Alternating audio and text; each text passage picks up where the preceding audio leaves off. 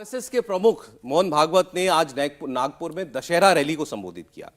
वहां बहुत से विषयों पर वो बोले। मणिपुर हिंसा पर, लोकसभा चुनाव को लेकर, अयोध्या में राम मंदिर के उद्घाटन के मुद्दे पर उन्होंने बात की। साथ साथ उन्होंने देश में बढ़ती कट्टरता को लेकर भी सावधान रहने को कहा।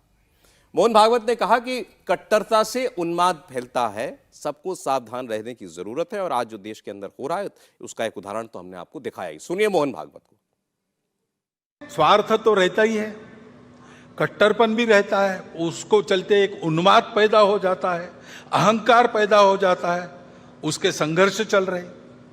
स्वार्थों के टकराव और अतिवादिता के कारण युद्ध चलते हैं, उसका कोई उपाय नजर नहीं आता।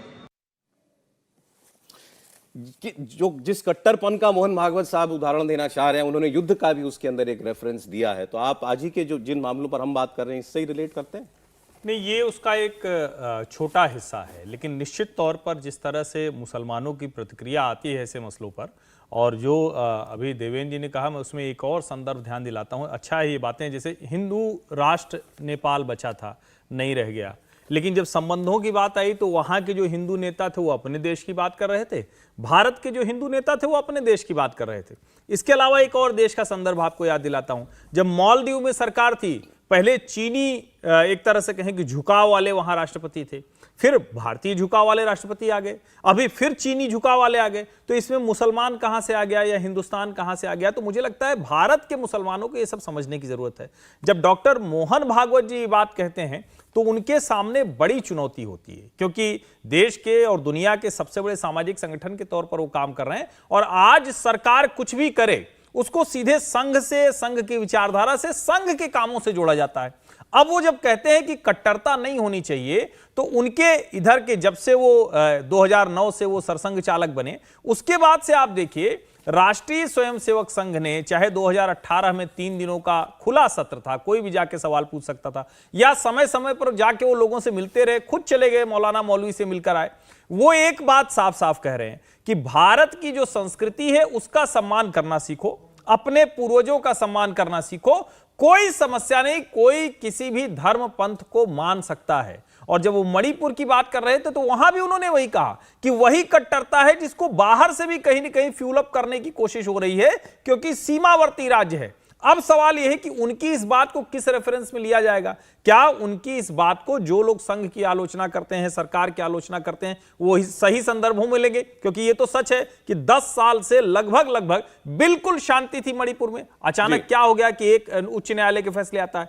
हिंदू मुसलमान को लेकर इस सरकार के दौरान सबसे कम, एक तरह से कहें कि घृणा विभाजन का माहौल है, सबसे कम दंगे हुए, लेकिन उसके बावजूद कोई न कोई मसला उठाकर वो सीधे हमला किया जाता है। तो सवाल यहां यह भी है कि हिंदू को तो यह समझना ही है, क्योंकि आमतौर पर जो स्वयं सेवक है उसको आज के विजयादशमी उद्बोधन का इंतजार रहता है, लेकिन देश का मुसलमान, उसे भी डॉक्टर मोहन राव भागवत को अवश्य सुनना चाहिए। यह बेहद आवश्यक है आज के समय में। जब कट्टरता की बात हो रही है तो आरएसएस के खिलाफ जो कट्टरता है उसकी बात नहीं होती है। बहुत से लोग आरएसएस को कट्टर मानते हैं। आप पाकिस्तान में कभी आरएसएस को लेकर क्या बातें होती हैं आप सुनिए, आपको लगेगा कि हमारा आरएसएस ऐसा, आप खुद हैरान हो जाएंगे उनके मुंह से अगर आप सुनेंगे। और हमारे देश में भी वही बात फैलाने की कोशिश होती है। लेकिन आरएसएस ने पिछले कुछ वर्षों के अंदर कितनी आउटरीच की कोशिशें की, अभी कुछ उदाहरण दिए त्रिपाठी जी ने। आरएसएस के खिलाफ जो कट्टरता है या जो लोग बैर की नजर से देखते हैं भारत में, भारत का मुसलमान का भी एक बड़ा वर्ग, उसमें कुछ कमी आती देखते हैं क्या आप?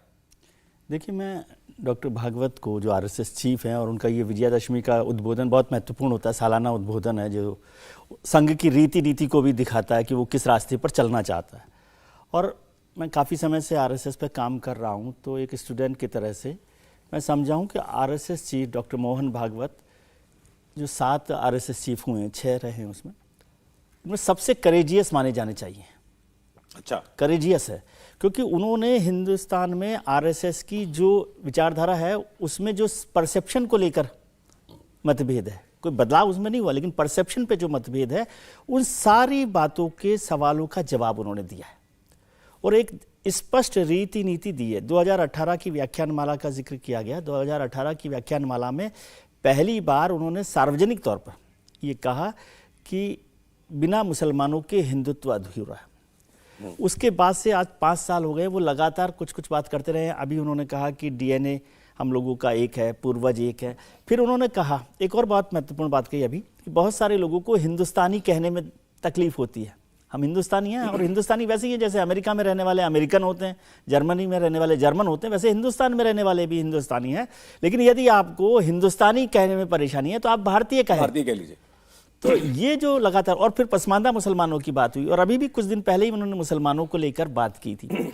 आरएसएस चीफ मोहन भागवत हैं, जिन्होंने गुरुजी गोलवलकर की जो किताब बंच ऑफ थॉट्स है, उसमें मुसलमानों और क्रिश्चियंस को लेकर जो बात की गई, उस पर बहुत साफ गोई से कहा कि वो सामयिक बातें थी, और हमने उसको अब जो आरएसएस का विचार है उस कालखंड में शामिल नहीं किया है। अब वो और किताब छपती है तो उसमें वो हिस्सा नहीं होता। अब आप नई बंच ऑफ थॉट्स को मत मानिए। गुरुजी समग्र जो है, गुरुजी समग्र उसके बाद लिखा गया है, वो गुरुजी की अधिकृत किताब है, उसको मानिए। तो बार बार वो ये बात कर, लेकिन यही परेशानी की बात है इसमें एक- क्योंकि ये तो हमें ये सवाल पसंद यही नहीं था है। मेरा। यहाँ से तो सारी कोशिशें हो रही हैं जी। दूसरी ओर से जब वो कहते हैं कि भाई मुझसे हमसे क्या, आरएसएस से क्या प्रॉब्लम है, आप बताइए, आपने कहा, उन्होंने सारे सवालों के जवाब दे दिए। तो कहीं समाधान हो रहा है किसी के लिए या नहीं, ये सवाल। नहीं, यही परेशानी है, क्योंकि हम चाहते नहीं, हमें एक ना एक विलन चाहिए ना।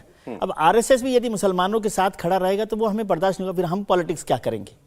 इसलिए वो पॉलिटिक्स को खतरा हो रहा है, क्योंकि आरएसएस जब तक मुसलमानों के खिलाफ बोलता था, या एक परसेप्शन बना हुआ था, तो उसको पोलराइज करने के लिए ओवैसी जैसे लोग और तमाम लोग तो थे। उनको आरएसएस को विलन के तौर पर बरकरार उनको रखना है। बरकरार रखना है। चाहे और- आरएसएस कुछ भी करे। एक हाँ, छोटा अब- कमेंट देवेंद्र का इस पर ब्रेक लेना पड़ेगा। बिल्कुल सौरभ, इसमें कोई दो राय नहीं कि भले ही मुस्लिम राष्ट्रीय मंच जैसे संगठनों के मार्फत आरएसएस कितनी भी कोशिश कर ले आउटरीच की, उनकी उस छवि में कोई बदलाव हो रहा हो ऐसा नजर नहीं आता। और पॉलिटिकल पार्टीज जो हैं, जो अपोजिशन वाली, वो इस बदलाव को होने भी नहीं देती। और आप देखते होंगे कि चाहे मुसलमानों का मसला हो या आरक्षण का मसला हो, बीजेपी से पहले आरएसएस निशाने पे आ जाती है। और कहा यह जाता है कि क्योंकि आरएसएस बीजेपी को चलाती है, इसलिए इनकी सरकार इन दोनों चीज़ों के लिए खतरा है और ये खत्म कर देंगे।